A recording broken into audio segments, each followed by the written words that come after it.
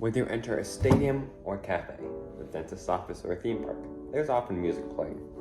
It may not be one of the first things you notice, but it's often a key factor when you're describing the environment later. How many speeches have you listened to today, and how many of them have had music in it? What difference does it make on your perception of my environment? Music is an everyday aspect of our lives, whether we allow it to be or not. Background music is widespread, and can be powerful when even silence can endanger our conversations. Like it or not, music has a strong psychological effect that controls the way we perceive everything and the actions we make in the world. I work at Culver's. It's a fast food restaurant with Wisconsin-based origins and theming, with an emphasis on hospitality and cheese.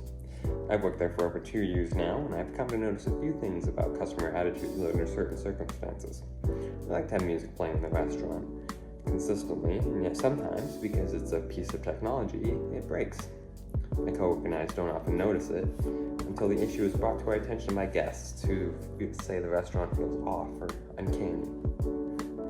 A lack of music will largely make people feel uncomfortable or unwelcome, and it will affect the amount of time that they spend in the store, which can be good sometimes when you're closing when you want people to leave, but oftentimes we encourage them to stay and purchase dessert.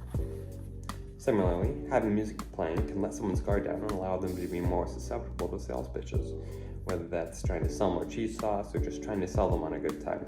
A lack of music gives the owner of the environment less control, and regular silence can make people uncomfortable and can contribute to awkward silence in certain interactions, which can lead to an overall decrease in the person's perception of the environment and the overall takeaway of the experience. This is the reason why most popular creators on YouTube have music playing in the background of their videos. Music helps people stay at ease and feel like everything is where it should be. Now, you might have heard of Lo-Fi Girl, one of the biggest YouTube channels out there. If you don't know what I'm talking about, Lo-Fi Girl is a YouTube channel that got famous for having a continuous live stream that just played lo-fi music, hip-hop beats to relax/study to. This live stream blew up around 2020 as millions of students put it on in the background while they read, did homework, or just went about their lives. This channel has now amassed 15.3 million subscribers, all because people wanted to use music to change their environment. While the channel still has a continuous live stream up, to remain relevant they have branched out, creating several smaller playlists of different types of music fit for every scenario. If a person only puts on the study beats when they want to study, they can actually become a better student, as it increases their focus and memory retention. This is called context-dependent memory. Context-dependent memory is a psychological principle that states that if you're trying to recall a piece of information, it is easier to do so when you're in the same context as you are when you learn the information, whether that be the same environment, the same mood you were in, or even the same time of day. When people effectively use lo-fi music to focus, it creates a pattern and allows you to focus further, as your brain will associate the sound of the music with the feeling of being focused. So, if you're allowed to listen to music on a test or whenever you need to recall the information, I recommend listening to the music that was on when you were learning the information. This is also true for more feelings than focus, as music can help elicit many different emotions. Now, most songs are written to produce distinct emotions, like AC/DC's Thunderstruck makes you feel excited or hyped, while Claude Debussy's Clair de Lune makes you feel relaxed. Overall, the interpretation is mostly left to the listener, which is why we can remember how we felt during specific songs and specific memories associated with those songs. The emotions we produce can even transcend mood, as music can help us create notable bonds with other people. According to studies and experiments performed by the National Institute of Health, research shows that listening to music literally syncs people's heart rates and breathing together, among musicians and non-musicians alike. Take a look at this graph.